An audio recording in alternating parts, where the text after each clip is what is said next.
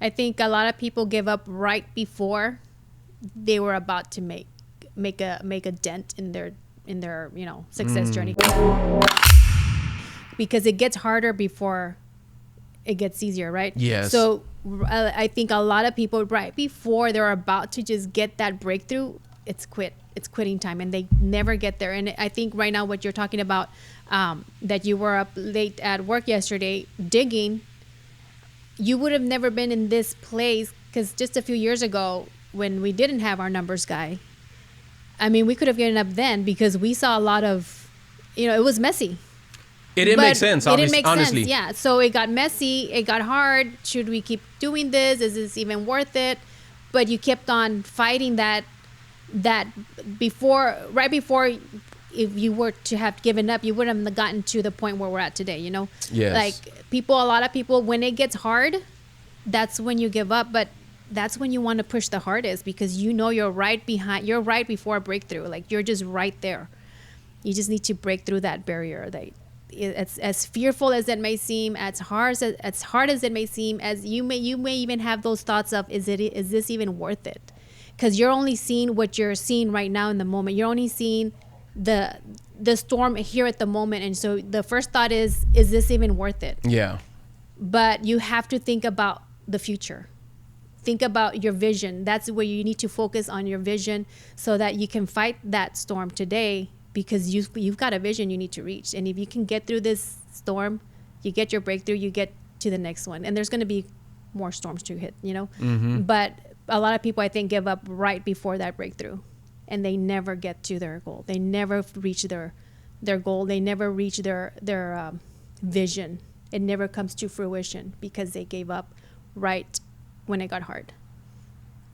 Yes, I totally agree. I think, and we can use the digging analogy, because the deeper you go, the harder it gets, right? I mean, I'm assuming I don't excavate or anything, but I'm assuming, you may get a soft patch, but it just gets the deeper, you start hitting here in the valley, number one, our mud is like clay, right? Mm-hmm. Like, it's crazy in most areas. And then you hit caliche.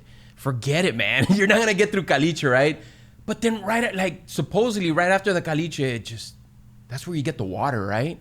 So that's where you get the springs, right, that are running under. But yes, you're right. You need to go in there, and you need to just go through that caliche. You need to go through that rock, that bedrock that's down there, and you'll get to it. You'll get to the springs. Yeah. And what happens when you have to dig through caliche? You learn to work harder. You learn to hit harder.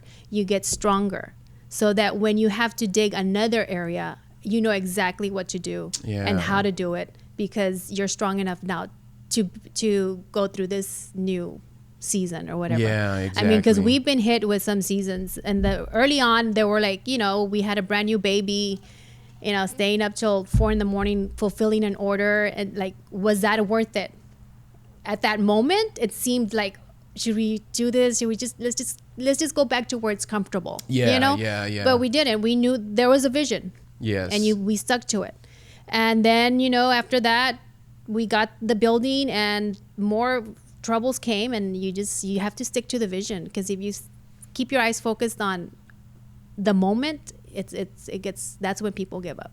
Yeah, that's crazy. No, you're right. And I think a lot of people do quit right before they make it. But I understand, because we were there, and I understand why people quit. It's tough. Mm-hmm. It's hard sometimes, and sometimes there's no way out. It's just some people can endure a little bit more than others for whatever reason. It could be upbringing, it could be culture, it could be your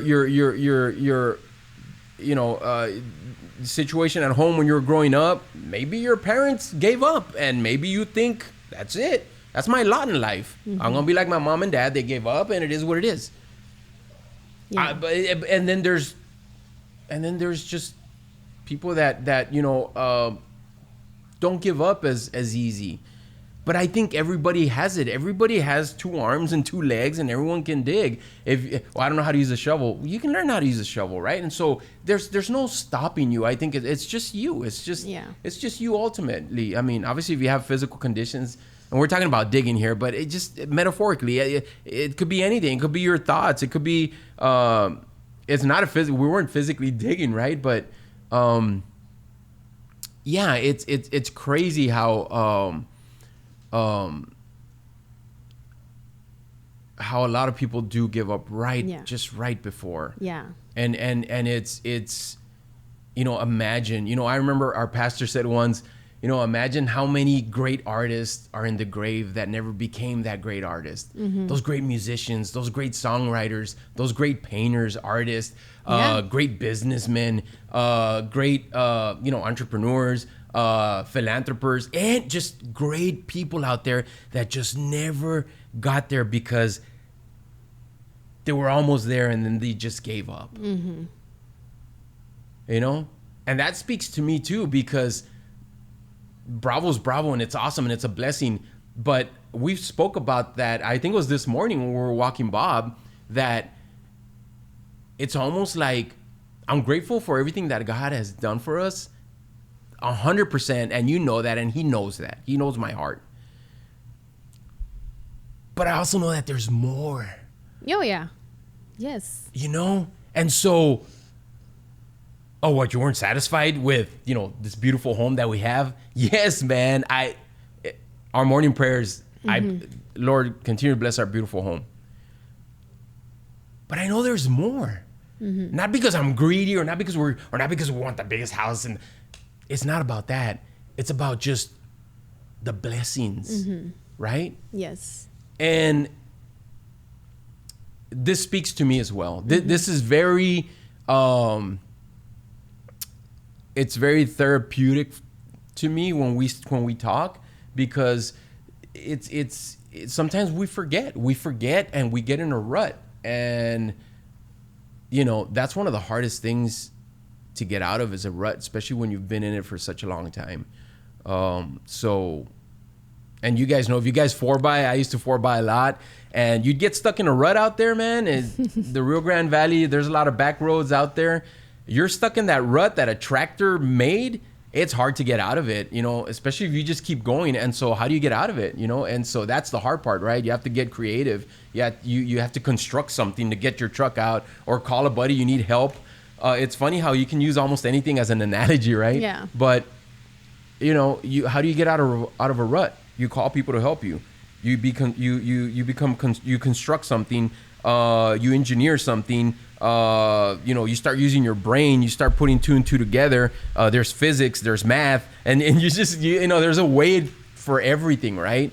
But yeah, it's amazing how it's just amazing how a lot of people, you know, have given up right before they hit the mark. Right before. Yeah. And it could be a lot of reasons, lack of support or whatever, but at the end of the day, it's about you. It's about your vision, and it's about what are you going to do to get closer, regardless of if you have support or not. Yeah. Yeah. It's how bad do you want it? Yes. It's either I want it or you don't. Yeah. Because your actions are going to show how bad you really want it. Yes. You know?